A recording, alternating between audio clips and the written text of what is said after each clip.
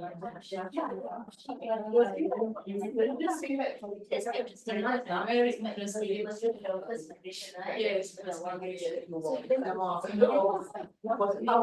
knee will not be able to take it. What the message like?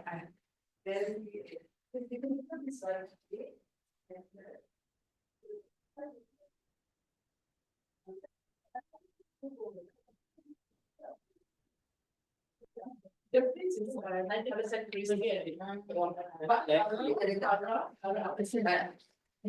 tempat air.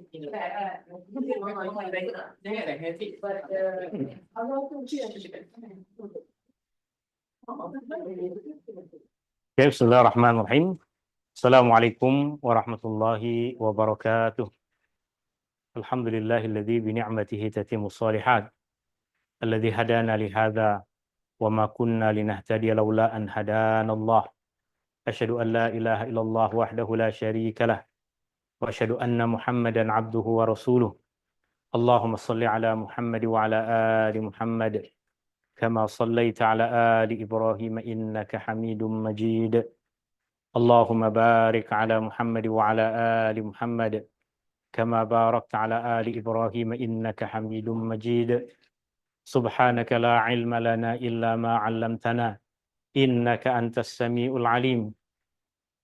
Allahumma inna nas'aluka ilman nafi'a wa rizqan thayyiba wa 'amalan mutaqabbala. Rabbana taqabbal minna innaka antas samiul alim wa tub 'alaina innaka antat tawwabur rahim. Rabbana atina fid dunya hasanah wa fil akhirati hasanah wa qina adzaban nar. Sallallahu ala nabi Muhammadin walhamdulillahi rabbil alamin. Ini adalah majelis ilmu kita yang pertama, perjumpaan kita yang pertama dalam kelas pahami doa dan zikir di dalam salat. Salat adalah ibadah pertama yang Allah Subhanahu wa taala akan hisab di akhirat. Rasulullah sallallahu alaihi wasallam sebagaimana yang diriwayatkan daripada Al-Imam At-Tirmizi, Ibnu Majah, An-Nasa'i, daripada sahabat Nabi sallallahu alaihi wasallam Abu Hurairah radhiyallahu an. Rasulullah sallallahu alaihi wasallam bersabda, "Inna awwala ma yuhasabu bihil 'abdu yaumal qiyamati min amalihi salatuh."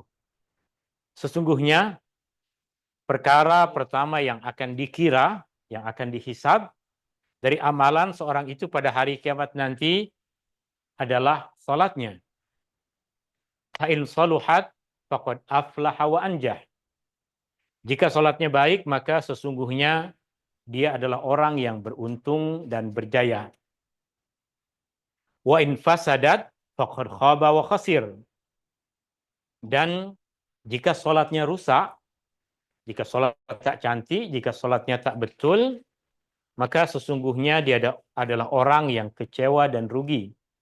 Tentu kita tak mahu di akhirat dihimpunkan bersama dengan orang-orang yang kecewa, kita tak mahu di akhirat nanti menjadi orang yang rugi, kita mahu di akhirat dihimpunkan bersama dengan orang-orang yang berjaya, kita mahu di akhirat nanti dihimpunkan bersama dengan orang-orang yang beruntung, dan untuk kita boleh mendapatkan keuntungan dan kejayaan di akhirat, berasaskan kepada hadis ini, kita perlu memperbaiki, kita perlu menyempurnakan salat kita.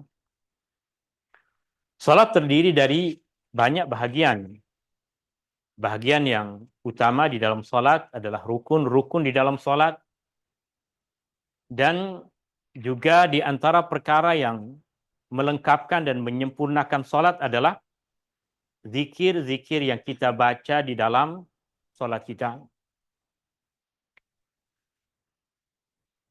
Pada masa Rasulullah sallallahu alaihi wasallam hijrah ke Madinah, para sahabat yang berasal dari Mekah juga hijrah ke Madinah. Pada ketika itu, hukum hakam belum lagi sempurna diturunkan kepada umat Islam.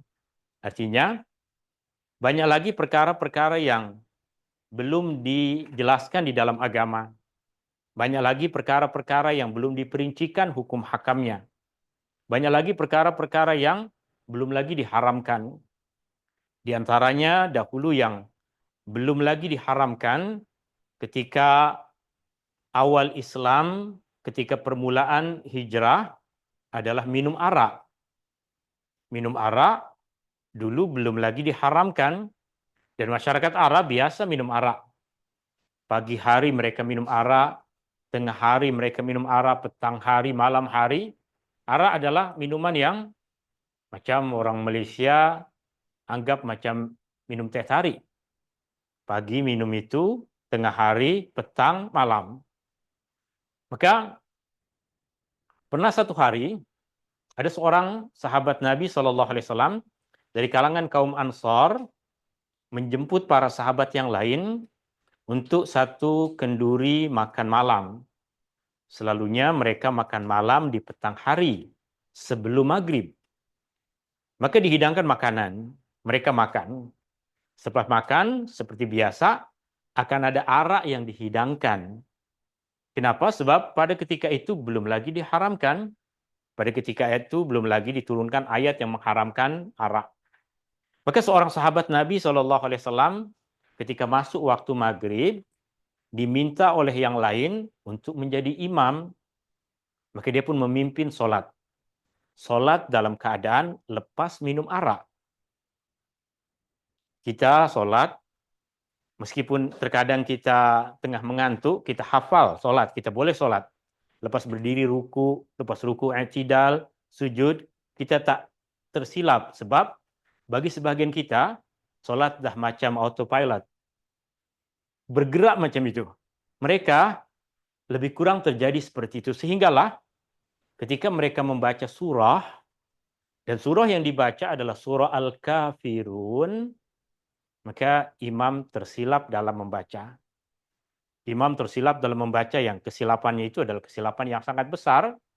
Sepatutnya mengucapkan, wala ana abidum ma'abattum, aku tidak menyembah apa yang kamu semua sembah, tapi justru yang diucapkan adalah aku sembah apa yang kamu semua sembah. Terkeliru imam dalam bacaan. Allah Subhanahu wa taala kemudian turunkan kepada Rasulullah sallallahu alaihi wasallam ayat yang ke-43 dari surah An-Nisa. Firman Allah Subhanahu wa taala, a'udzubillahi minasyaitonir rajim. Ya ayyuhalladzina amanu, wahai orang-orang yang beriman. La taqrabus salata wa antum sukara. Jangan kamu menghampiri salat sedang kamu dalam keadaan mabuk. Jangan menghampiri salat, jangan salat sedang kamu dalam keadaan mabuk. Hatta ta'lamu ma taqulun. Sehingga kamu mengetahui apa yang kamu katakan. Para sahabat ketika itu dilarang untuk sholat dalam keadaan mabuk. Karena orang yang mabuk tidak tahu apa yang mereka katakan.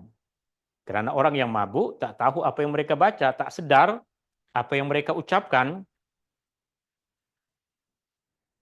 Jika mereka yang berada dalam keadaan mabuk dilarang untuk sholat yang sebab utamanya adalah karena tidak tahu apa yang kamu katakan, macam mana pula dengan keadaan kita yang sholat tapi tak tahu apa yang kita katakan, tak faham apa yang kita ucapkan. Apa yang membezakan antara keadaan kita dengan keadaan orang yang mabuk? Orang yang mabuk tak sedar apa yang dia baca, orang yang mabuk tak tahu apa yang dia ucapkan, orang yang mabuk tak faham apa yang mereka pohon kepada Allah di dalam solat tersebut.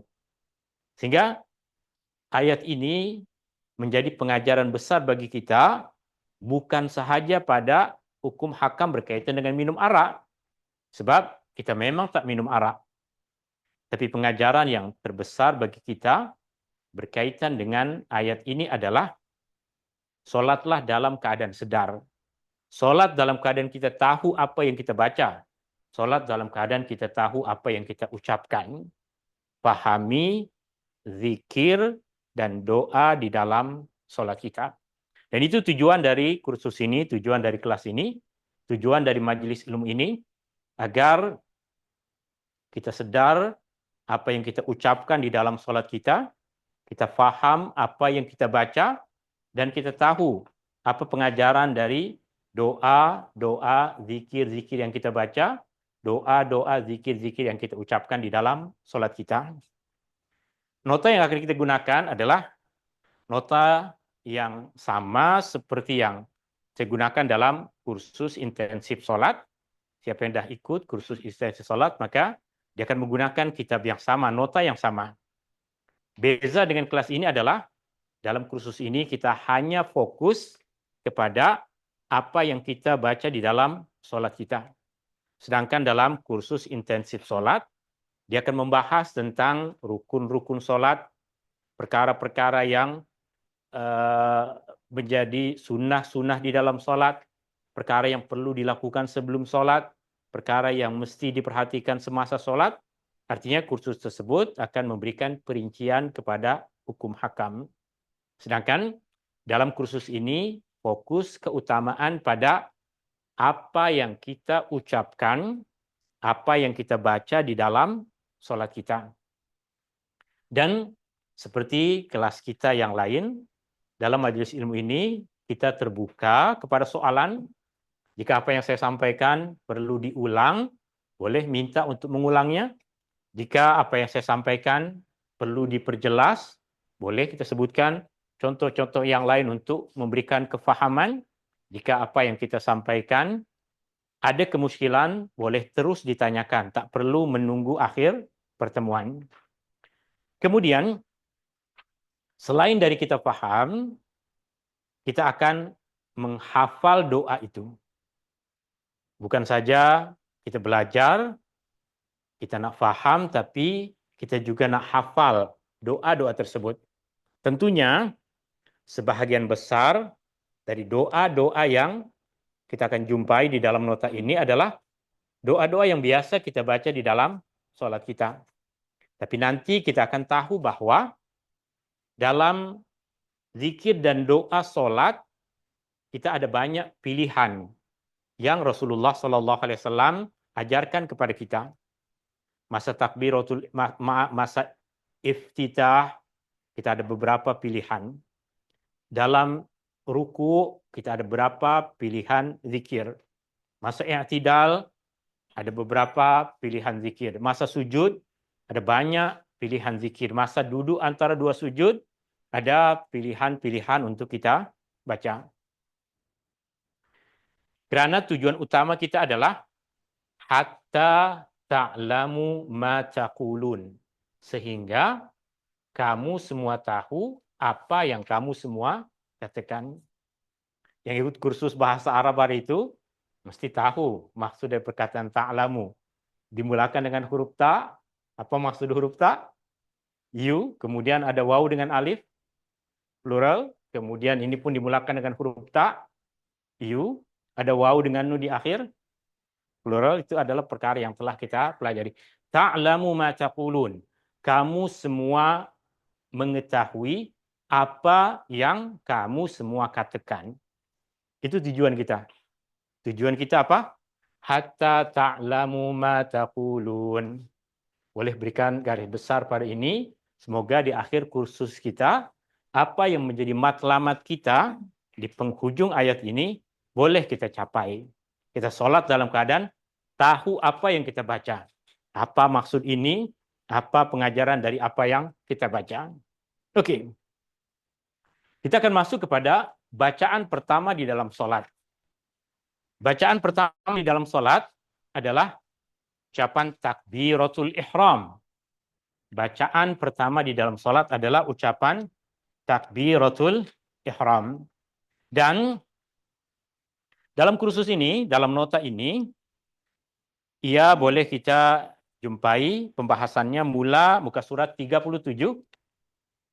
Ya, pembahasan yang berkaitan dengan bacaan zikir. Kan kita mula jumpai pada muka surat 37, betul kan? Betul, 37. Dan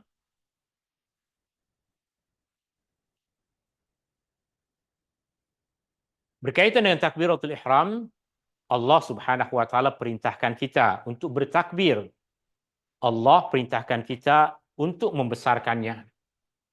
Dalam Al-Qur'an surah Al-Muddatsir ayat yang ketiga, Allah berfirman, "Wa rabbaka fakabbir."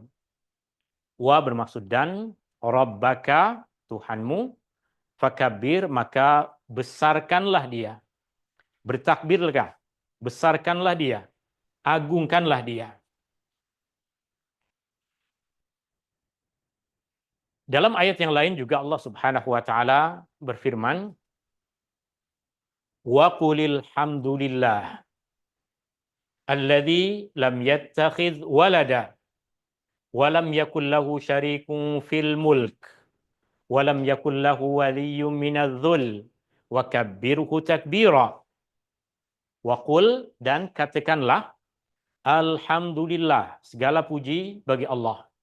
Alladzi lam yattakhidz walada, yang dia tidak mempunyai anak, dia tidak memiliki anak. Walam yakul lahu syarikun fil mulk, dan dia tidak memiliki sekutu di dalam kerajaannya. Walam yakul lahu waliyyun minadh-dhulli, dan tiada baginya penolong disebabkan sesuatu kelemahan yang ada padanya. Wa kabbirhu takbira, dan bertakbirlah dan besarkanlah dia dengan bersungguh-sungguh. Allah perintahkan kita untuk bertakbir. Maka ketika kita di dalam sholat kita mengucapkan Allahu Akbar, kita bertakbir, maka ia adalah pengamalan dari apa yang Allah Subhanahu wa taala perintahkan. Rasulullah Shallallahu Alaihi Wasallam menegaskan berkaitan dengan takbir, fungsi takbir di dalam sholat. Beliau bersabda, "Miftahus sholati tuhur, wa tahrimuhat takbir, wa tahliluhat taslim." Kunci sholat adalah bersuci. Kunci sholat adalah bersuci. Ihramnya adalah takbir. Ihramnya adalah takbir. Maksud dari perkataan ihram adalah kita masuk kepada keadaan haram. Kita yang pernah pergi haji, pergi umrah, kita tahu. Ketika menunaikan ibadah umrah, kita ada keadaan yang dinamakan ihram. Ihram bermaksud kita masuk kepada keadaan yang mulia, kita masuk kepada keadaan yang kita diharamkan untuk melakukan perkara-perkara yang menjadi pantang larang ihram. Untuk ihram umrah, kita dilarang misalnya untuk memakai wangi-wangian. Ketika kita berada dalam keadaan ihram untuk umrah, kita dilarang untuk memotong kuku, mencukur rambut, dan lain sebagainya. Berkaitan dengan sholat, lepas takbiratul ihram, maknanya kita dah masuk pada keadaan yang mulia, keadaan yang kita haram untuk melakukan dan mengucapkan perkara-perkara yang tidak kena mengena dengan sholat. Lepas takbiratul ihram, fokus ada pada apa yang kita baca di dalam sholat, apa yang kita lakukan di dalam sholat. Dan Rasulullah SAW juga bersabda, "Idza qumta ila sholati fakabbir." Apabila engkau bangkit untuk sholat, maka bertakbirlah.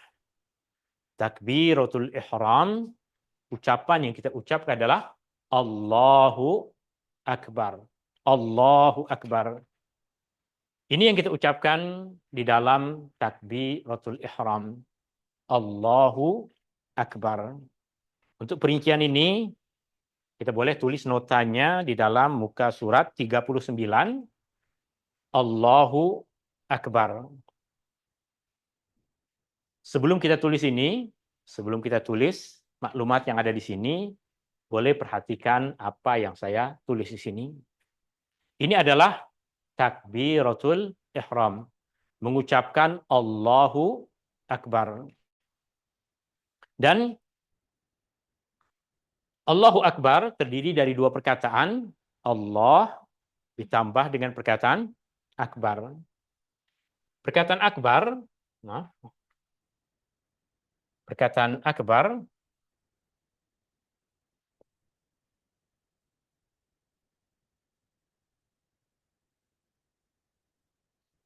Bentuk perkataan seperti ini di dalam kaidah bahasa Arab dinamakan ismu tafdhil.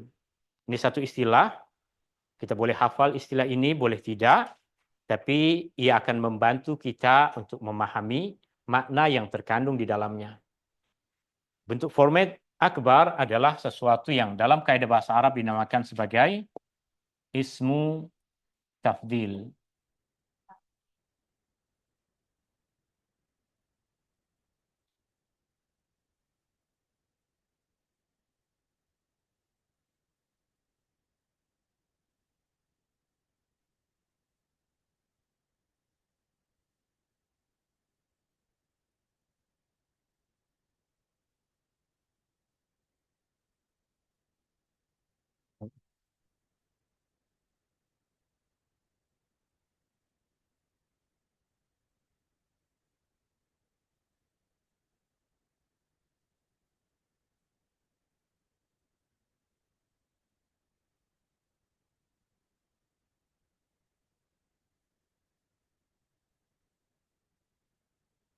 Oke, ismu tafdhil.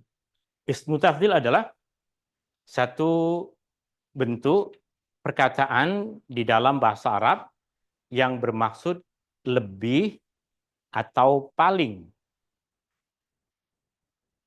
Isim tafdhil adalah satu bentuk perkataan di dalam bahasa Arab yang bermaksud lebih atau paling.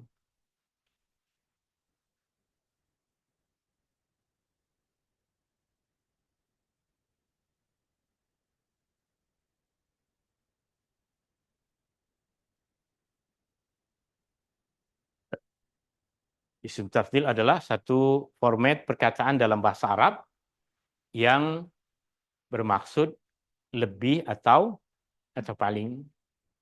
Sebagai contoh, sebelum kita masuk kepada perkataan akbar, kita ada perkataan jamil misalnya.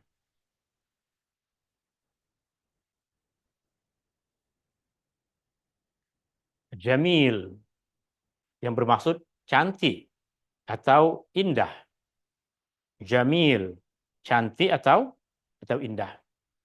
Jika format dari perkataan jamil kita tukar kepada bentuk yang sama bunyi dengan perkataan akbar, maka jamil akan bertukar menjadi ajmal.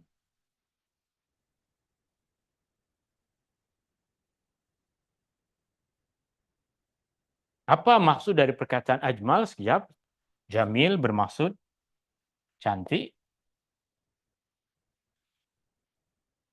atau indah. Maka perkataan ajmal dia bermaksud lebih cantik,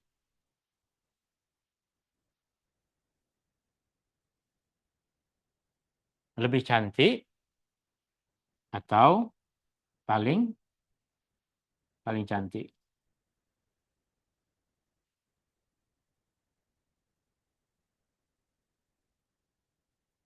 Jamil bermaksud cantik, ajmal lebih cantik atau paling cantik. Kita ada perkataan karim misalnya. Karim, karimun yang bermaksud mulia. Karim yang bermaksud mulia.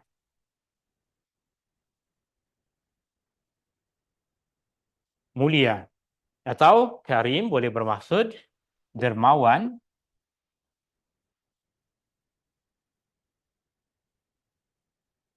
banyak berderma, banyak memberikan bantuan, banyak melakukan kebaikan. Karim. Jika kita tukar format dia kepada bentuk yang sama bunyi dengan perkataan akbar, karim akan menjadi akram.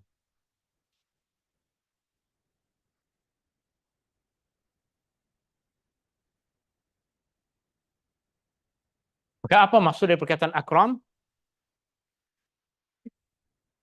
Paling mulia. Lebih mulia atau paling mulia. Akbar, akram bermaksud lebih mulia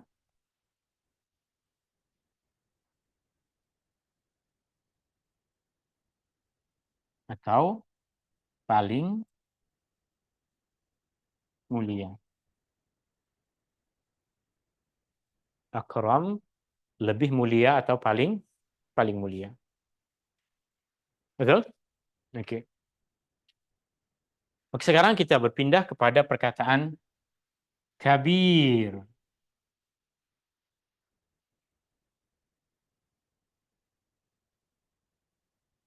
Kabir bermaksud besar. Kabir bermaksud besar. Maka dalam yang kita ucapkan dalam takbiratul ihram, yang kita ucapkan adalah akbar dari kabir bertukar kepada akbar. Apa maksud dari perkataan akbar? Paling besar, lebih besar atau paling besar? Akbar bermaksud lebih besar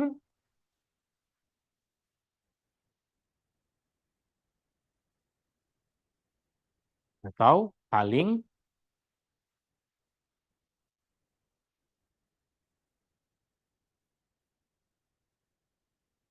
lebih besar atau paling besar.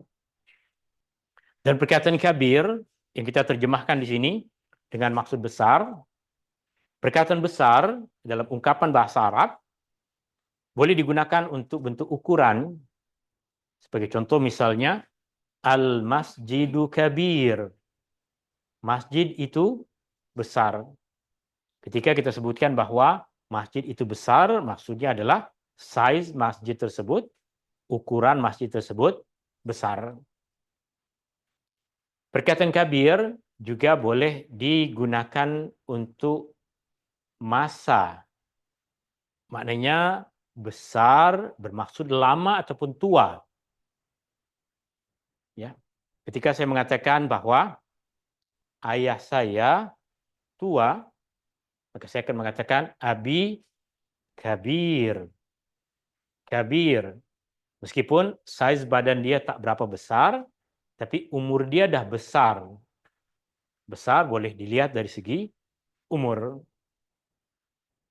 Dan perkataan kabir juga dalam bahasa Arab boleh digunakan untuk nilai ataupun kedudukan sesuatu.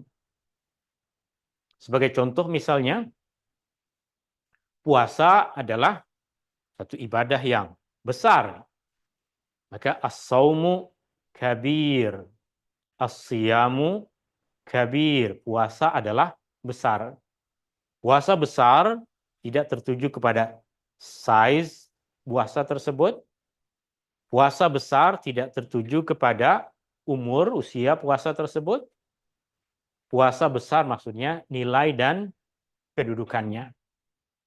Maka jika kita tahu bahwa perkataan besar tidak sahaja digunakan untuk maksud ukuran, tapi digunakan juga untuk maksud nilai dan kedudukan, maka kita boleh memahami ungkapan Allahu Akbar. Perkataan Allahu Akbar, tadi kita dah tulis di atas, Allahu Akbar. Kita tulis balik di sini, Allahu Akbar. Ungkapan Allahu Akbar, makna asal dia adalah Allah lebih besar. Makna asal dia adalah Allah lebih besar. Makna asal dia adalah Allah paling besar. Perkataan lebih besar, perkataan paling besar, kita gunakan ketika kita membandingkan antara beberapa perkara. Kita tidak akan menggunakan perkataan lebih besar untuk menyebutkan satu benda sahaja. Ketika kita membandingkan antara dua masjid, ini masjid dan ini masjid, kita boleh mengatakan hadzal masjid akbar. Masjid ini lebih besar. Sebab kita tahu ada benda lain yang kita rasa dia besar, kita anggap dia besar, tapi hakikatnya ada yang lebih besar. Dalam kehidupan kita sehari-hari, banyak perkara-perkara yang kita anggap besar. Betul? Banyak perkara-perkara yang memiliki nilai besar bagi kita. Contoh, keluarga ada tanggung jawab yang besar. Amanah di pejabat, kerjaya kita, sesuatu yang kita anggap besar. Pandangan orang, omongan orang, gosip dari orang lain tentang kita, itu pun terkadang kita anggap besar. Harta dunia banyak dianggap oleh manusia sebagai besar. Semua yang ada dalam kehidupan kita sehari-hari selalu kita anggap besar. Saya tak boleh tak buat benda ini. Sebab bagi saya itu adalah kabir, besar. Tapi Allah Subhanahu wa taala mahu apabila kita berdiri untuk menghadap Allah, tiada yang kita anggap besar melainkan Allah. Semua yang tadi kita anggap besar, ahli keluarga kita, tanggung jawab kita, kerjaya kita, mencari nafkah kita, semua perkara dunia yang kita anggap besar, kita tahu bahwa Allahu Akbar. Maka seruan ucapan Allahu Akbar, dia mengajarkan kepada kita, jika kita terjemahkan dengan terjemahan yang tepat, maka dia bermaksud Allah lebih besar. Lebih besar dari apa? Dari apa yang tadi kita rasa besar? Dari kerjaya yang kita anggap besar, dari tanggung jawab yang kita anggap besar, dari kedudukan dunia yang kita anggap besar, dari mencari nafkah yang kita anggap besar, dari segala perkara dunia yang kita anggap besar. Sebab jika bukan digunakan dalam bentuk perbandingan, maka dia akan menggunakan perkataan asal, Allahu Kabir. Tapi bukan itu yang kita ucapkan dalam sholat kita. Bukan Allahu Kabir. Tapi Allahu Akbar. Yang bermaksud Allah lebih besar atau Allah paling besar. Adapun terjemahan, Allahu Akbar diterjemahkan dengan maksud Allah Maha Besar. Ini adalah terjemahan yang tujuannya hanya untuk memudahkan orang paham dengan sekali pandang. Sebab jika diterjemahkan Allah lebih besar, dia tak akan stop di situ. Dia akan ada soalan-soalan, lebih besar dari apa? Jika tiada penjelasan, maka akan membuat orang confused membaca terjemahan.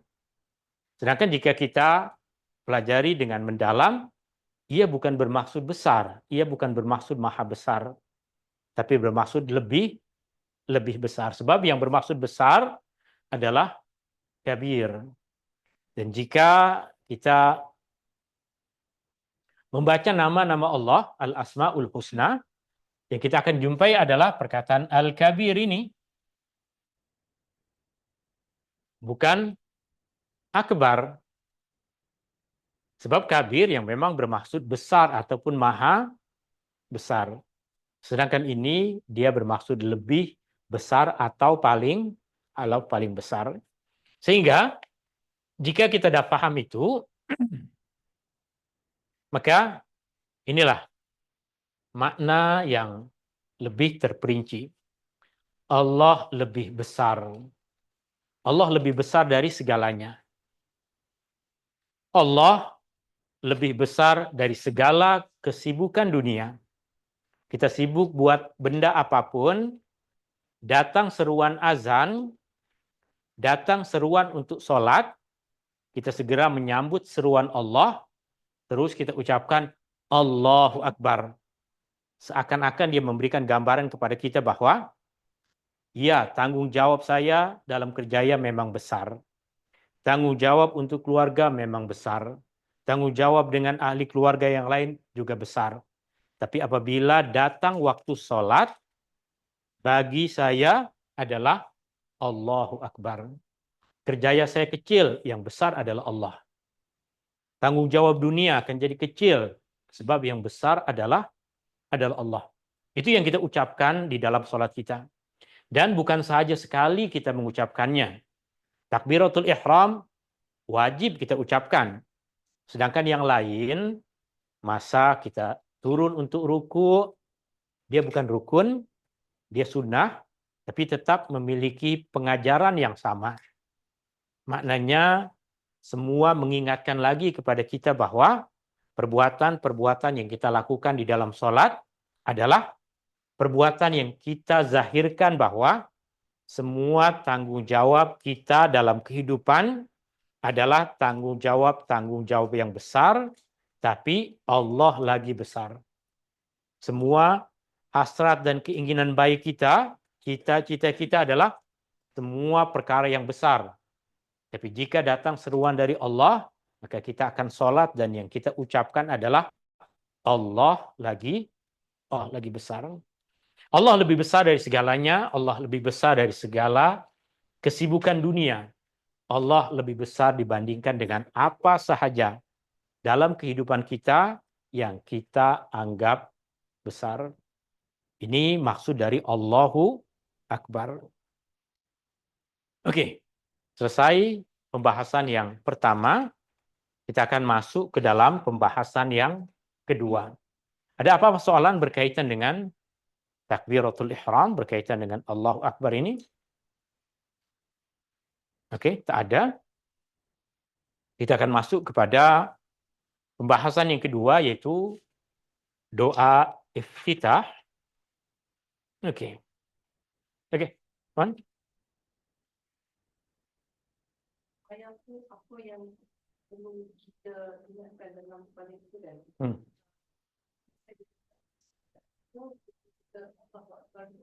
Sebenarnya tak payah diniatkan saja solat. Dan kita kena ingat je Allah Maha Besar. Okey, betul? Okey. Ada soalan berkaitan dengan takbiratul ihram. Isu ini berkaitan dengan niat dalam salat.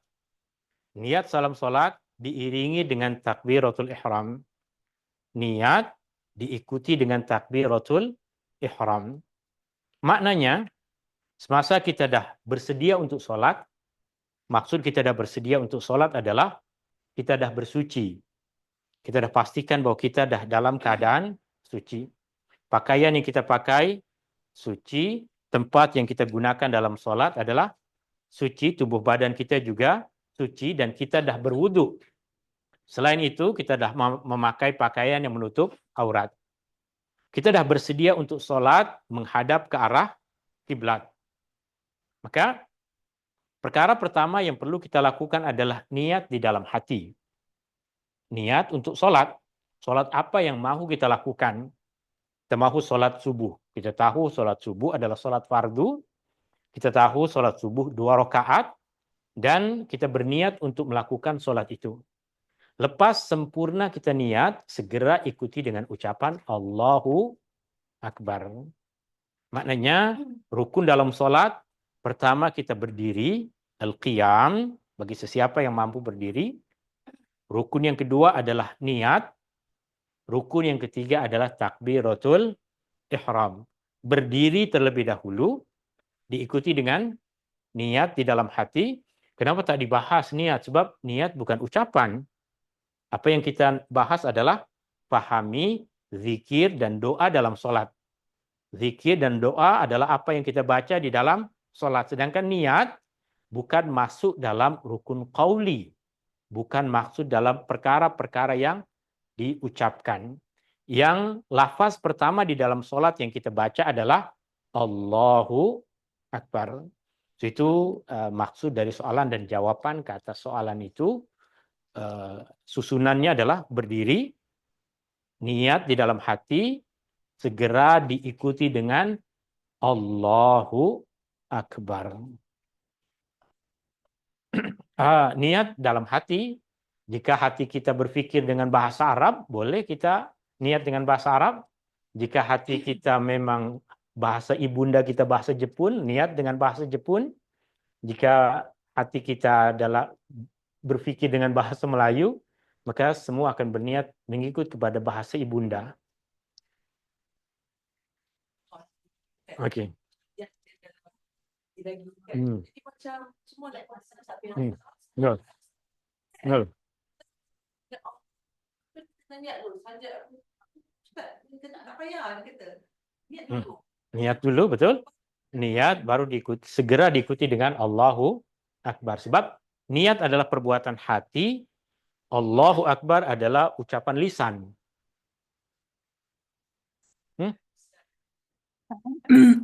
Maaf, Ucapan maksud ada sekejap. Ada soalan nggak?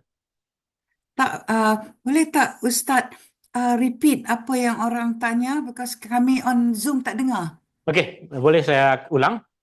Ya, thank you. Soalan yang terakhir, Puan sendiri ada soalan ke? Tak Okey, ada, tak ada. komen je Ustaz. Okey. Soalan yang terakhir adalah berkaitan dengan niat juga, berkaitan dengan niat. Berkaitan dengan niat, soalannya adalah bolehkah kita melafazkan niat kita? Melafazkan niat kita.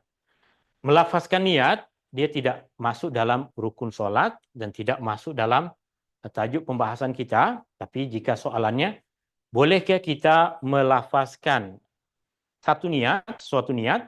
Dalam agama, melafazkan niat adalah satu perkara yang biasa, perkara yang boleh. Maknanya ketika kita mahu pergi belajar, kita boleh mengatakan, saya nak pergi ke kelas, saya nak pergi ke masjid, artinya melafazkan apa yang kita niatkan adalah perkara yang dibolehkan. Rasulullah pernah bertanya kepada istrinya, ada makanan ke tak di rumah? Istrinya menjawab, tak ada makanan. Maka kata Rasulullah, tak apalah, biar aku berpuasa. Maknanya apa yang Rasulullah niatkan, pernah Rasulullah ucapkan. Rasulullah mahu menyembelih binatang kurban. Pun Rasulullah SAW pernah mengucapkannya. Maknanya mengucapkan apa yang ada di dalam hati bukan perkara yang salah. Mengucapkan apa yang keinginan kita yang ada dalam hati bukan perkara yang salah, tapi dalam sholat, ia bukan satu perkara yang dituntut. Tiada tuntutan. Kenapa pula masa kecil kita diajar? Sebab nak mengajar budak-budak, awal niatlah dalam hati tak tahu. Maka kita akan diajar, bacalah dalam hati macam ini. Sahaja aku sholat, subuh 2 rakaat kerana Allah. Anak saya umur 3 tahun, di sekolah dia diajarkan, sahaja saya sholat duha 2 rakaat kerana Allah. Itu yang dia baca. Dalam semua sholat. Dia nak sholat Isya, sahaja saya sholat duha. Sebab yang diajarkan di sekolah macam itu. Artinya, tak apa, ketika kita dalam proses belajar, kita akan diajarkan satu perkara untuk membantu kita mudah dalam mengamalkan amalan-amalan tertentu. Tapi selepas kita faham apa yang anak saya amalkan itu, nanti pun masa dia sedar, dia tak akan buat lagi. Masa dia dah sedar, dia tak akan buat. Ketika solat maghrib, dia mengaca, sahaja saya solat duha 2 rakaat. Sebab sekolahnya pagi, setiap pagi solat duha. Okey. Okey. Dekat niat kan, niat tu pun boleh macam ni kan Ustaz, bila kita dah nak solat, so kita ambil wuduk semua, lepas tu kita jalan pada solat pun dah niat kan. Okey. Okey. Ada soalan berkaitan juga dengan niat. Adakah ketika kita berwuduk, kemudian kita pergi ke tempat solat, berdiri di atas sejadah, itu dah dikira sebagai niat? Jawapannya adalah tidak. Tidak. Kita nak solat maghrib 3 rakaat. Ya. Sekarang pun saya dah tahu bahwa kita akan berpuasa di bulan Ramadan, tapi tak lagi dinamakan niat. Sekarang kita pun tahu misalnya bulan Ramadan nak pergi umrah, tapi tak lagi itu dinamakan sebagai niat, meskipun saya dah beli kain ihram, saya dah. Niat ni dalam ibadah adalah keinginan kita, kesengajaan kita untuk melakukan sesuatu yang segera diikuti dengan perbuatannya. Maknanya, ambil wuduk tadi bukan niat untuk solat. Berjalan ke masjid bukan niat untuk solat. Niat solat bila? Masa berdiri. Masa berdiri. Dah tegak berdiri, menghadap ke arah kiblat. Disitulah kita berniat dan diikuti dengan takbiratul ihram. Maknanya wudhu bukan niat untuk sholat. Pergi ke masjid bukan niat untuk sholat. Niat sholat adalah apa yang terlintas di dalam hati kita sebelum takbiratul ihram.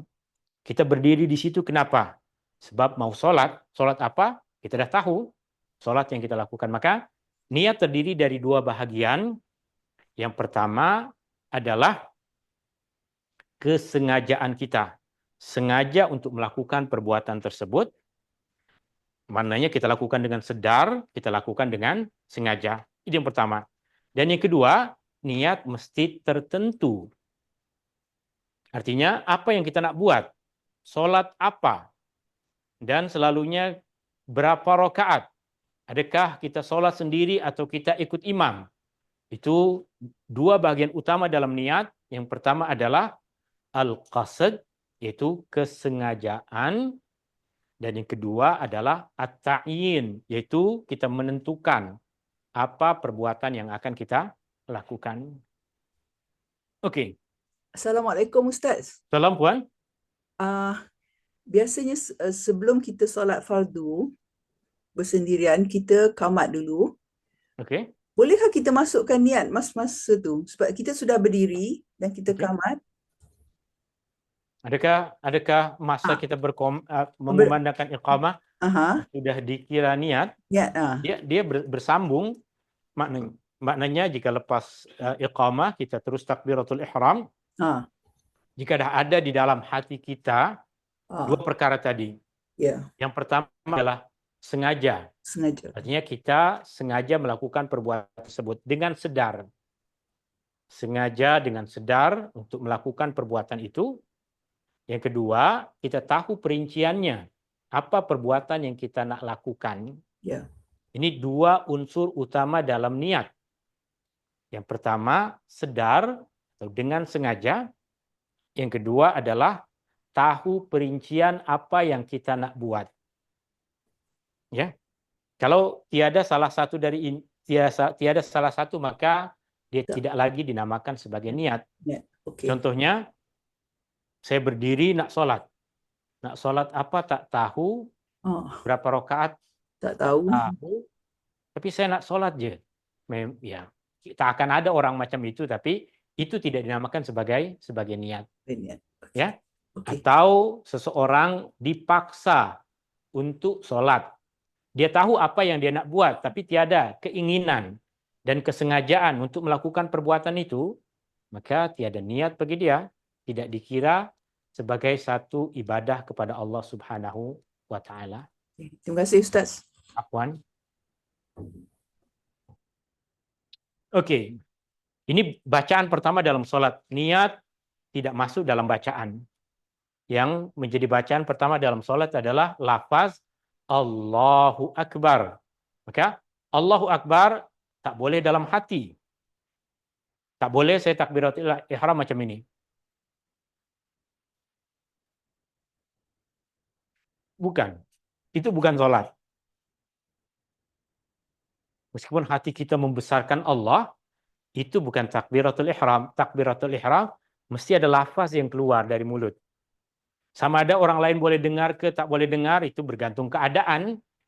Ya, kita cakap kuat pun orang tak berapa dengar, atau kita cakap perlahan pun sebab suasana hening, orang di tepi kita boleh dengar, itu berkaitan dengan takbiratul ihram mesti dilafazkan, mesti ada suara bunyi yang keluar dari mulut kita meskipun ia perlahan.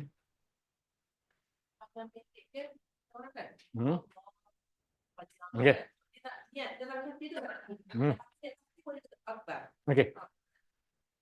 Berkaitan dengan panjang pendeknya. Allahu Akbar diucapkan dalam takbiratul ihram.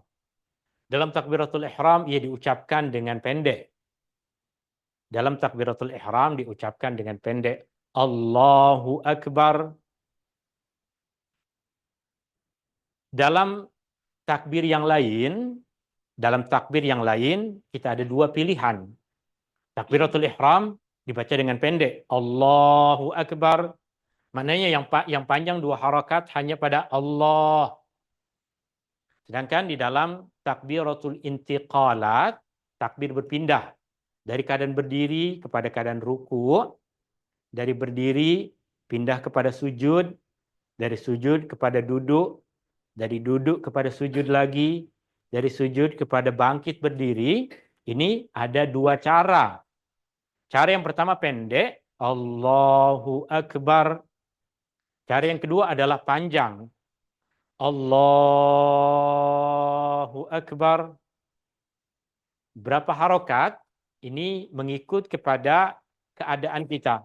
Maknanya, jika kita memilih untuk membaca dengan bacaan yang panjang, maka kita akan selarikan antara apa yang kita ucapkan dengan pergerakan kita.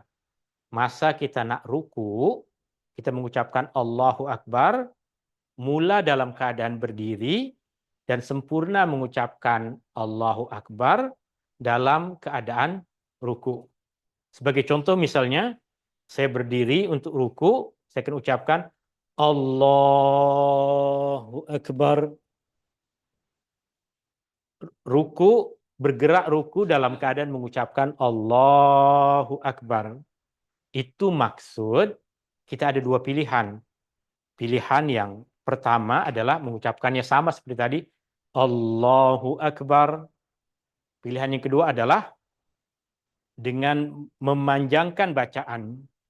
Contoh saya membaca dengan pendek. Contoh. Allahu Akbar. Itu saya baca pendek. Contoh saya baca panjang. Allahu Akbar. Nyata beda kita. Nampak beza kita. Nampak. Artinya ada dua jenis takbir. Takbir yang pertama, takbiratul ihram. Ini rukun. Ini yang membuka sholat kita. Kemudian takbir yang lain, ianya dinamakan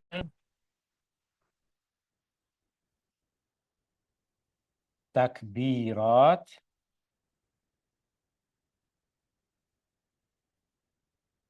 maaf.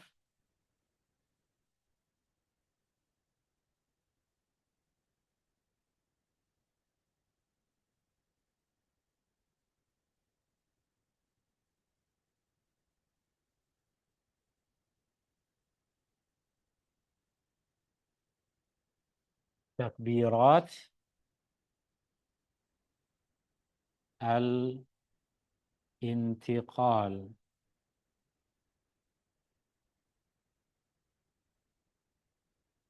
Nama dia tak berapa famous bagi kita. Selain dari takbiratul ihram, nama dia adalah takbiratul intiqal. Yang pernah ikut kursus kelas bahasa Arab, tahu apa fungsi dari alif ta nih? Apa fungsinya? Alif dengan ta? Plural, betul? Maka takbirat bermaksud takbir-takbir, al-intiqal, perpindahan. Dari berdiri berpindah kepada ruku, dari i'tidal berpindah kepada sujud, dari sujud berpindah kepada duduk antara dua sujud, dia dinamakan takbiratul intiqal.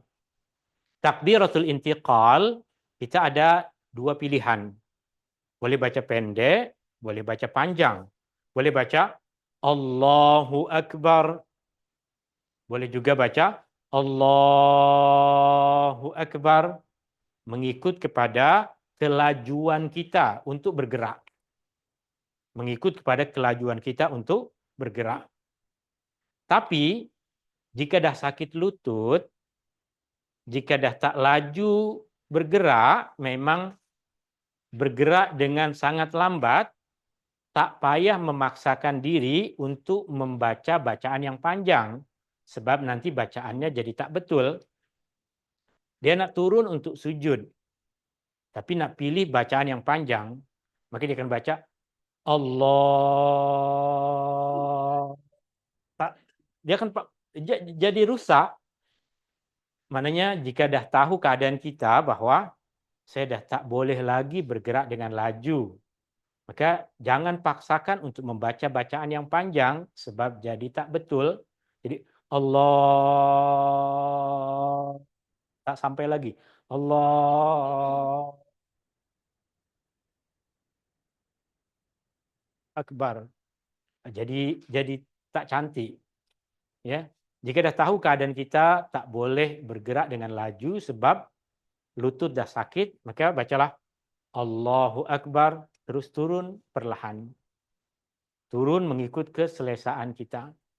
Takbiratul ihram wajib. Takbiratul ihram rukun, sedangkan takbiratul intiqal ini dia tidak rukun, dia tidak wajib. Jika kita tak baca, maka solat tetap sah. Intiqal maksudnya berpindahan.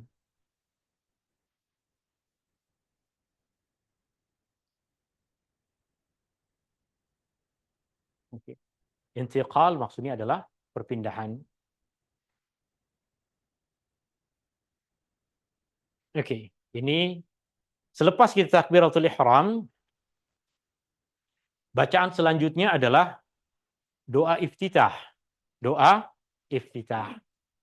Doa iftitah atau nama lain dia, doa iftitah, juga boleh dinamakan ini doa al-iftitah.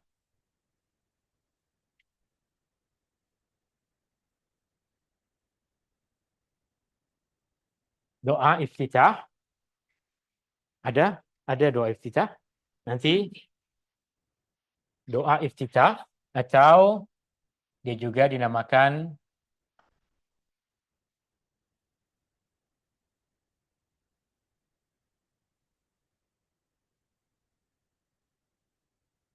lain dari nama doa iftitah, dia juga dinamakan doa al-istiftah.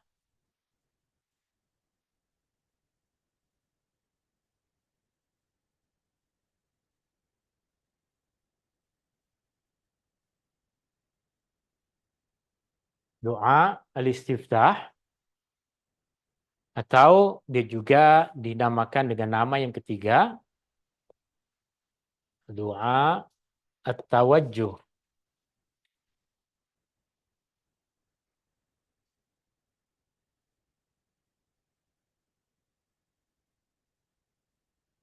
At-tawajjuh. Doa tawajjuh. Yang famous bagi kita adalah doa iftitah. Ini nama lain. Boleh jadi kita baca buku lain, terjumpa perkataan istiftah, apa benda nih? Sama. Lafaz sama, lafaz beza, makna sama. Atau doa tawajjuh. Tawajjuh. Dia dinamakan doa tawajjuh sebab salah satu pilihan dalam doa iftitah adalah membaca wajah tu wajihi. Maka dinamakan doa tawajjuh. Banyak doa iftitah yang diajarkan, banyak doa iftitah yang boleh kita pilih, banyak doa iftitah yang diriwayatkan. Kita akan kupas satu persatu doa-doa iftitah tersebut, dan lepas kita mempelajarinya, kita boleh memilih mana satu dari doa-doa iftitah tersebut yang kita berkenan untuk menghafalnya, kita mudah untuk memahaminya, dan kita senang untuk membacanya. Doa iftitah yang pertama adalah doa iftitah yang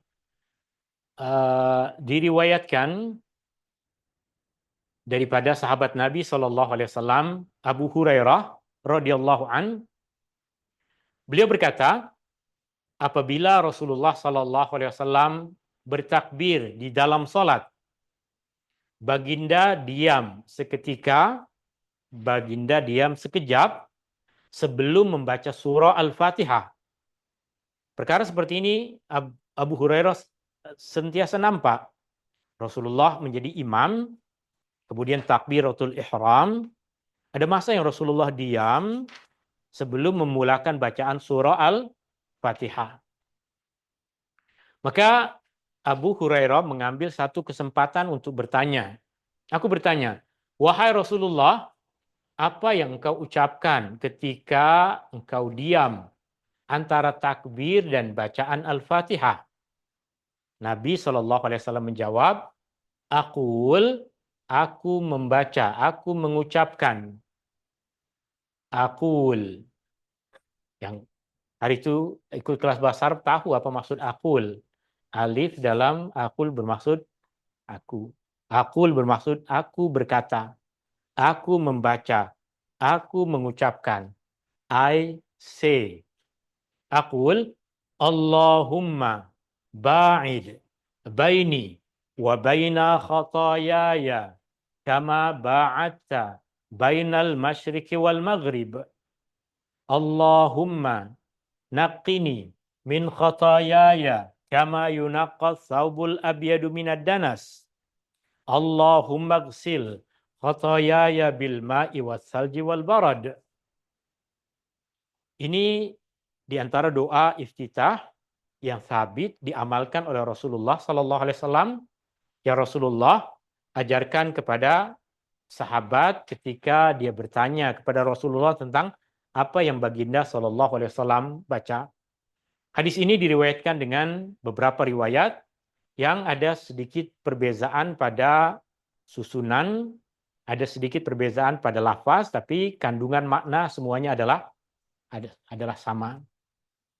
Ini akan menjadi doa iftitah pertama yang kita akan kupas. Ini akan menjadi doa iftitah pertama yang kita akan pelajari. Oke. Ustaz, Oke, Puan? jadi doa iftitah ni kena baca silently lah. Tak boleh, Baca tak dengan boleh. perlahan, betul? Artinya contoh tadi Rasulullah takbiratul Ya. ihram dengan suara yang terdengar. Kemudian ketika menjadi imam, sholat maghrib misalnya, Rasulullah membaca surah Al-Fatihah dengan suara yang terdengar. Tapi in between ada tempo masa yang Abu Hurairah tahu bahwa Rasulullah melakukan sesuatu tapi dia tak dengar. Maka dia bertanya kepada Rasulullah apa yang Rasulullah baca antara takbiratul ihram dengan bacaan surah Al-Fatihah. Itu menunjukkan kepada kita bahwa ia dibaca oleh Rasulullah dengan bacaan yang perlahan. Jadi Kenapa kalau Abu kita solat Oke, Puan? kalau kita solat jemaah ikut imam, kita senyap atau kita baca kita punya own doa during that time.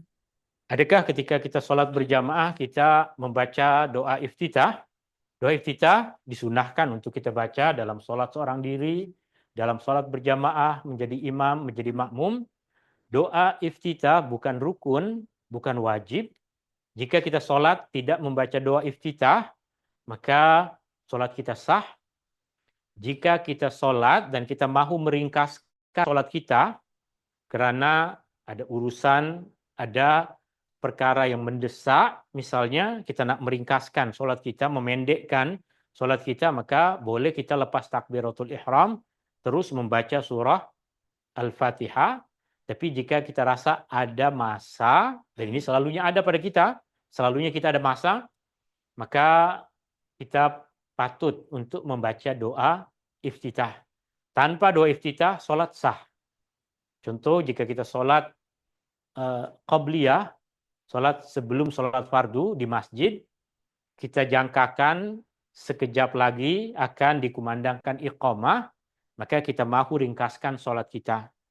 Maka dalam keadaan seperti itu, kita hanya baca takbiratul ihram, diikuti dengan surah Al-Fatihah, kemudian kita ruku, dan kita membaca zikir-zikir yang ringkas tanpa membaca doa iftitah. Oke. Wallahu Terima kasih, ta'ala Ustaz. a'la wa a'lam. Ini bahagian yang pertama dalam doa iftitah itu. Bagian pertama adalah Allahumma ba'id baini wa baina khotoyaya kama ba'adta bainal masyriqi wal maghrib. Di dalam nota saya dah berikan bahagian untuk kita menulis nota, ya boleh kita jumpai pada muka surat 52. muka surat 52. Ini yang menggunakan buku nota ini ada pada muka surat 52. Tapi yang menggunakan PDF, dia senang untuk ditengok hanya pada muka surat yang pertama. Oke. Nanti kita akan kupas ini. Makna terjemahan ringkas dari doa iftitah ini adalah, Ya Allah, jauhkanlah antara aku dan antara kesalahan-kesalahanku sebagaimana engkau jauhkan antara timur dan barat. Oke. Mana satu perkataan yang bermaksud ya Allah, mana satu perkataan jauhkan, mana satu perkataan kesalahan-kesalahan, kita akan kupas di sini.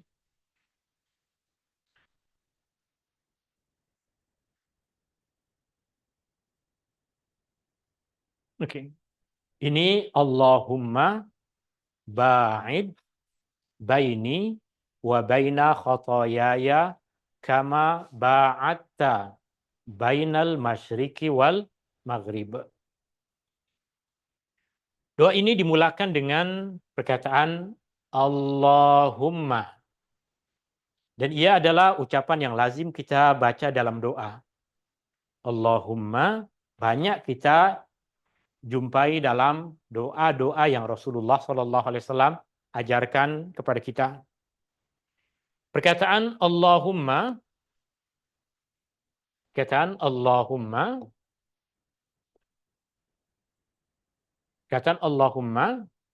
dia bermaksud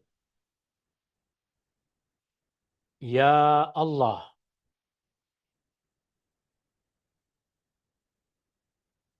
Perkataan Allahumma bermaksud ya Allah. Oke, sebelum kita kupas tentang perkataan Allahumma, di dalam bahasa Arab ada ungkapan ya Allah.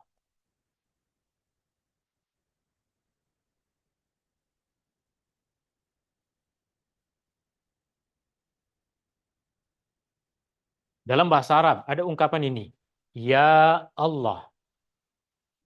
Maksud dari ya Allah adalah, ya Allah, wahai Allah.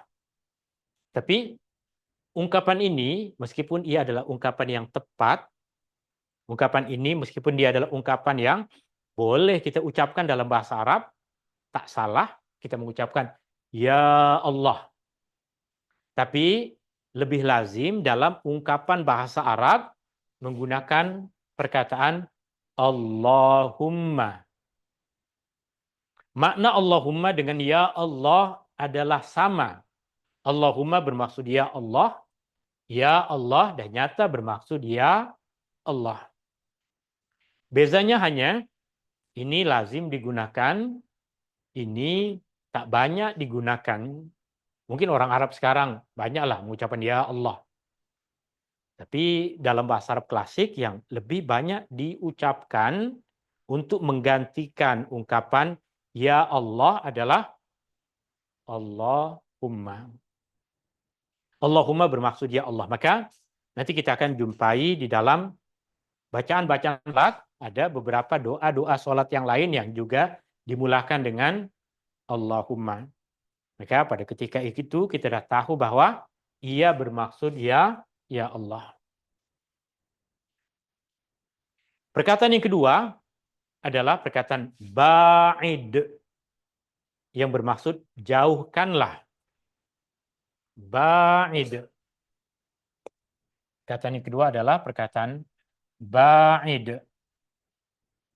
Yang perkataan ini bermaksud jauhkanlah.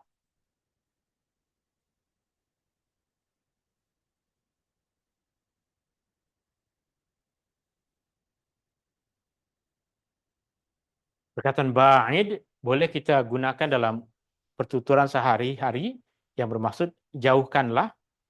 Kita ada apa benda yang tak selesa, kita suruh orang, jauhkanlah benda itu, boleh kita katakan ba'id. Ba'id.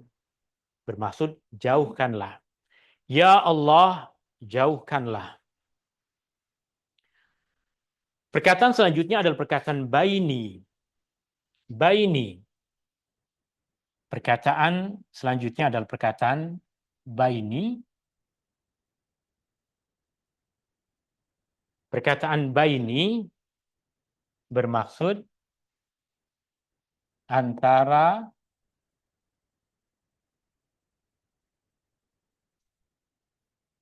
between me. Perkataan baini bermaksud antara aku, antara saya. Di mana huruf ya di akhir perkataan baini itu yang bermaksud saya. Perkataan huruf ya yang ada pada perkataan baini itu yang bermaksud saya, antara saya. Seperti tadi disebutkan, seperti dalam contoh perkataan baiti, baiti yang bermaksud rumahku, atau perkataan baiti misalnya, jika kita tulis di sini perkataan baiti,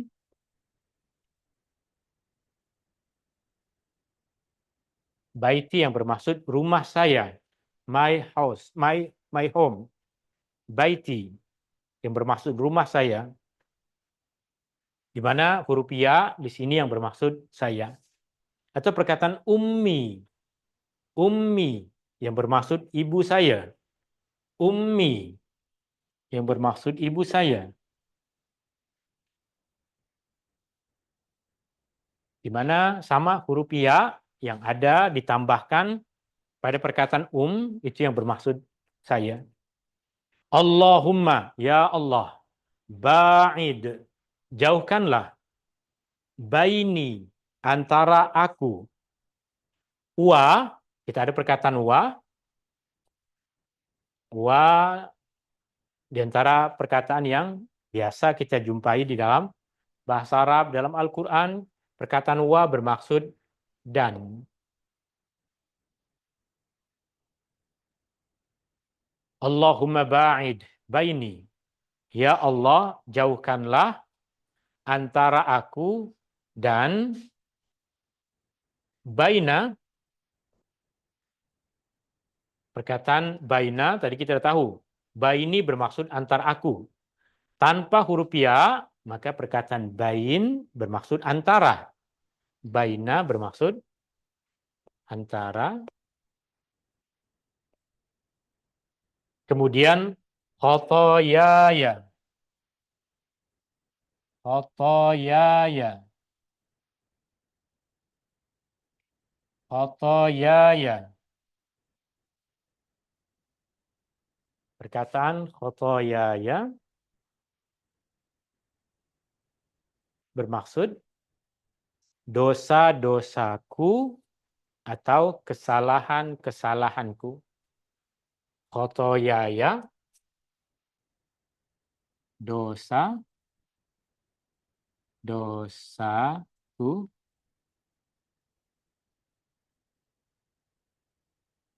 atau kesalahan-kesalahanku.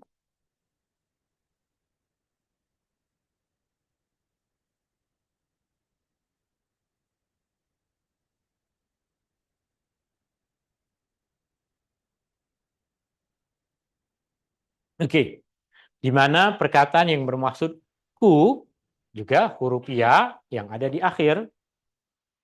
Baini, antara aku, yang bermaksud aku adalah huruf ya. Khotoyai, yang bermaksud aku juga huruf ya. Ya di sini dengan ya di situ adalah sama. Keduanya huruf ya yang bermaksud aku. Allahumma, ya Allah, ba'id, jauhkanlah, baini, antara aku, wa baina khotoyaya, dan antara dosa-dosaku atau kesalahan-kesalahanku atau kesilapan-kesilapanku. Kama, perkataan kama ia terdiri dari dua perkataan, ka dengan ma. Kama terdiri dari dua perkataan ka dengan ma. Kama. Ka bermaksud seperti,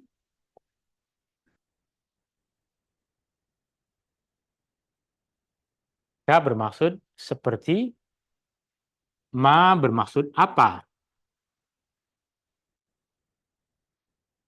Seperti apa? Kama. Ka seperti, ma bermaksud apa?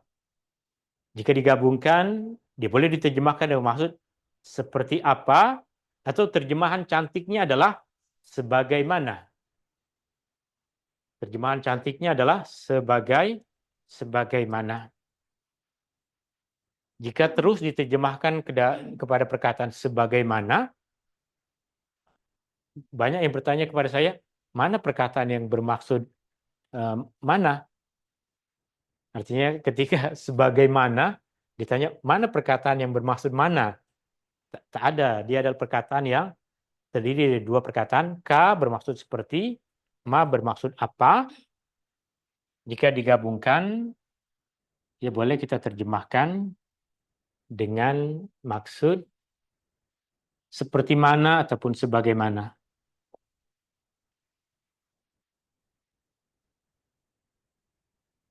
Sebagaimana. Allahumma ba'id baini wa baina khotoyaya. Kama sebagaimana ba'adta. Ba'adta.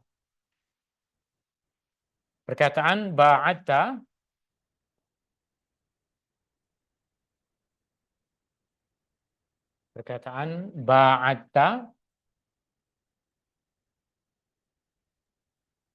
ba'adta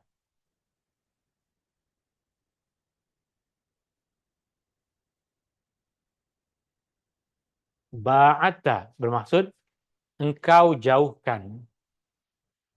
Ba'adta bermaksud, Ustaz tak nampak. okey, sekejap, Wan. Not sharing. Okey. Ba'adta bermaksud engkau jauhkan.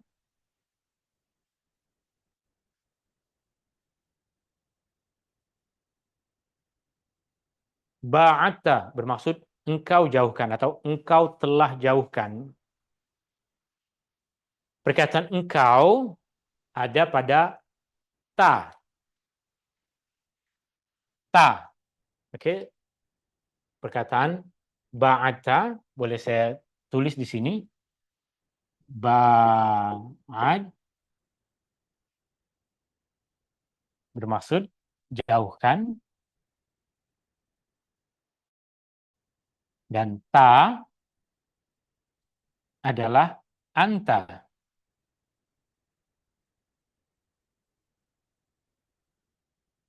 Ta adalah short form anta. Semua dah tahu apa maksud anta. Anta bermaksud engkau. Maka ba'adta bermaksud engkau jauhkan. Nah, ini fi'il madhi. Perkataan ba'adta bermaksud engkau jauhkan, di mana perkataan ta yang bermaksud engkau sama seperti yang ada dalam surah Al-Fatihah. Siratal ladzina an'amta. An'amta artinya engkau kurniakan nikmat. An'amta, engkau berikan nikmat, engkau kurniakan nikmat. An'amta, ta adalah short form dari perkataan anta yang bermaksud engkau. Ba'adta, engkau jauhkan. Kemudian baina, apa maksud baina? Kita dah tahu tadi. Baina antara. Kama ba'adta, sebagaimana engkau jauhkan. Sebagaimana engkau telah jauhkan. Baina antara, berarti baina yang ada di sini. Baina yang ada di sini. Ini baina. Dengan baina yang ada di sini adalah sama. Maksud dia adalah antara. Baina khotoyaya kama ba'ata. Baina. Ada 3 kali disebutkan perkataan baina. Yang pertama, baini bermaksud antara aku. Yang kedua, wa baina dan antara. Dan ketiga, kama ba'ata baina juga bermaksud antara. Al-masyriqi wal maghrib. Al-masyriq wal maghrib. Terjemahan ringkas dari al-masyriq dengan wal maghrib adalah timur dan barat. Al-masyriq, terjemahan ringkasnya untuk perkataan al-masyriq adalah timur. Wa bermaksud dan, al-maghrib adalah barat. Oke. Perkataan al-masyriq dan maghrib, terjemahan ringkasnya adalah timur dan barat. Lepas kita dah tahu terjemahan ringkas, kita tengok maksud dari perkataan al-masyriq dengan al-maghrib. Ini al-masyriq.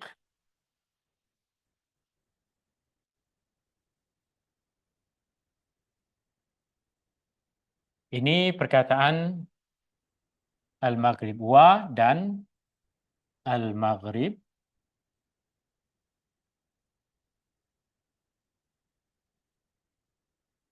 Al-masyriqi wal maghrib. Oke. Perkataan al-masyriq dan al-maghrib. Untuk maghrib, ini dah masuk ke dalam pertuturan kita sehari-hari. Lebih-lebih lagi nanti bulan Ramadan, setiap hari menanti dia, maghrib. Sedangkan masyriq tak berapa banyak kita gunakan. Perkataan masyriq tak berapa kita gunakan. Perkataan masyriq, dia memiliki akar perkataan dan makna yang dekat dengan perkataan isyraq.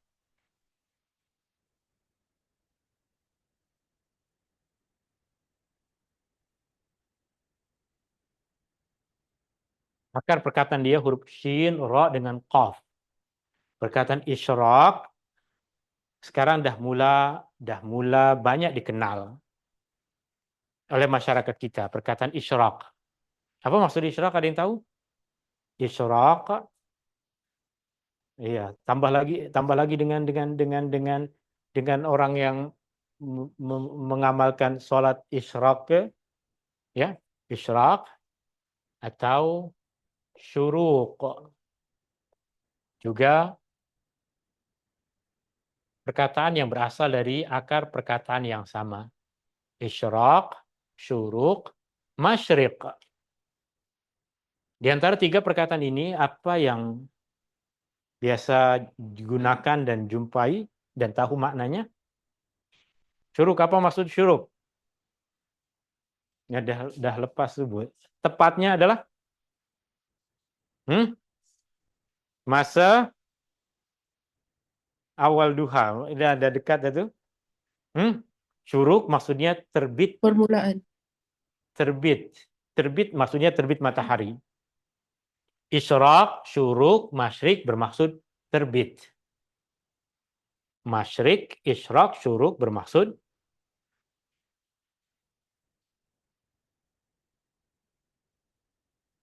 terbit apa? Terbit matahari.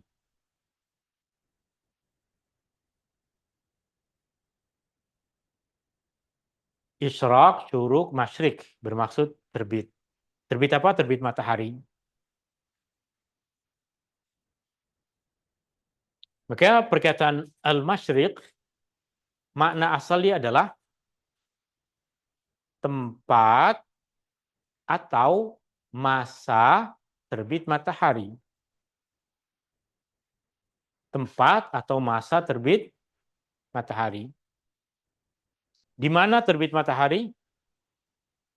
Timur, maka masyriq diterjemahkan dengan maksud timur. Makna asal dari perkataan masyriq dalam bahasa Arab, terjemahan yang lengkap, yang betul jika ikut pada perkataan adalah tempat terbit matahari.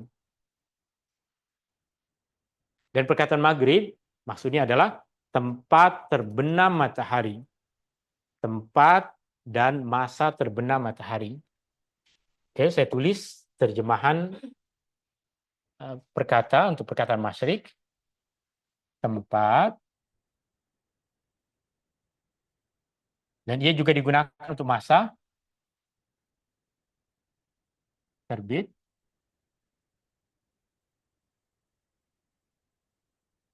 terbit apa? Terbit matahari.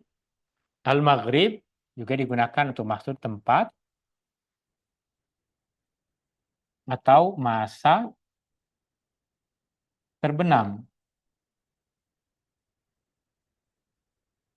Terbenam apa? Kita sudah tahu. Terbenam matahari. Al-Masyriq bermaksud timur, sebab timur adalah tempat terbit matahari. Dan Al-Maghrib kita terjemahkan dengan maksud barat, karena barat adalah tempat terbenam matahari. Itu perkataan masyrik juga boleh digunakan untuk maksud masa, masa terbit matahari.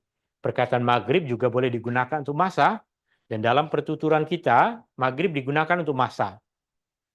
Dalam pertuturan kita, maghrib digunakan untuk masa. Sedangkan di negeri Arab ada negara yang bernama Al-Maghrib. Ada negara yang bernama Maghrib, dia bermaksud negara Arab yang berada di paling barat. Maroko dalam bahasa Arab dinamakan Al-Maghrib. Oke. Kita tengok balik doa yang kita tadi pelajari. Allahumma ba'id baini wa baina khotoyaya kama ba'adta bainal masyriqi wal maghrib. Apa maksud Allahumma? Ya Allah, ba'id, jauhkanlah, baini, antara aku, wa baina, dan antara khotoyaya, dosa-dosaku, kesalahan-kesalahanku. Kama, sebagaimana, ba'atta, engkau telah jauhkan, baina, antara, al-masyriqi wal maghrib, timur dan barat. Oke. Ada apa-apa soalan berkaitan dengan perkataan? Soalan berkaitan dengan perkataan. Jika tiada, kita kembali tengok pada nota ini. Ini doanya. Allahumma, ya Allah, ba'id, jauhkanlah, baini, antara aku, wa baina, dan antara khotoyaya, dosa-dosaku, kesalahan-kesalahanku. Kama, seperti apa? Sebagaimana. Ba'atta, engkau jauhkan. Baina, antara. Al-masyriqi wal maghrib. Timur dan barat. Oke. Dia memberikan, bahagian pertama dari doa ini, memberikan kepada kita dua pengajaran. Pengajaran yang pertama adalah, kita memohon agar Allah jauhkan kita dari segala perkara yang boleh membawa kepada perbuatan dosa. Kita meminta kepada Allah agar Allah jauhkan kita dari segala perkara yang boleh membawa kita kepada perbuatan dosa. Ada keadaan di mana jika kita berkumpul dengan orang-orang tertentu akan jadi buat dosa. Maka dalam doa ini terkandung makna, ya Allah jauhkanlah saya daripada berkumpul dengan mereka, sebab jika berkumpul dengan mereka akan selalu buat dosa. Allahumma ba'id, ya Allah jauhkanlah, baini, antara aku, wa baina khotoyaya, dan antara jalan yang mendekatkanku kepada perbuatan dosa, sebagaimana engkau telah jauhkan antara timur dan barat. Atau makna yang kedua, tentunya kita meminta agar Allah menghilangkan, menghapuskan dosa kita, menjauhkan dosa kita dari kita, sebagaimana Allah jauhkan antara timur dan barat. Makna yang pertama, itu adalah makna yang berkaitan dengan realiti keadaan kita. Kita mahu agar Allah jauhkan kita dari perkara-perkara yang mendekatkan kepada dosa. Dan makna yang kedua adalah, kita minta kepada Allah agar dosa-dosa kita Allah jauhkan. Dosa-dosa yang telah kita buat. Dosa-dosa yang telah kita lakukan, Allah jauhkan dari kita. Makna dijauhkan, Allah hapus, Allah ampunkan, Allah tidak berikan kepada kita hukuman di akhirat ke atas dosa-dosa itu. Oke, boleh dipahami dua pengajaran itu? Oke. Sekarang terlebih masa sekejap tak apa, tapi kita nak hafalkan ini. Kita nak hafalkan ini, kita balik ke rumah nanti semua dah hafal ini. Dalam pertemuan kita yang akan datang semua dah hafal, tak ada peperiksaan. Peperiksaannya dalam solat, nanti dibaca dalam solat. Oke. Boleh ikuti saya. Allahumma ba'id. Allahumma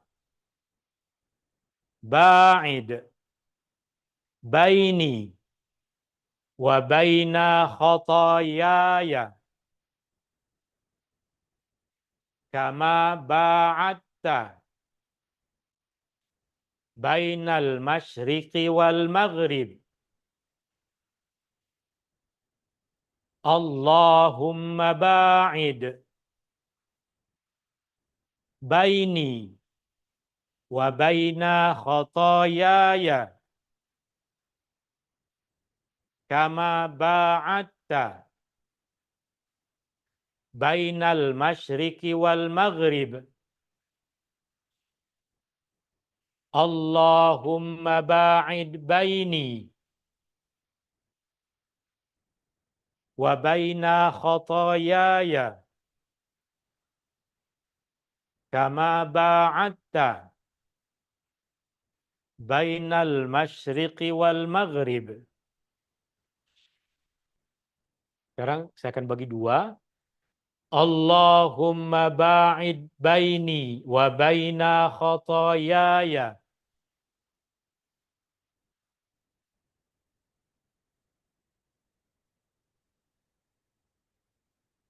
kama ba'atta bainal masyriqi wal maghrib.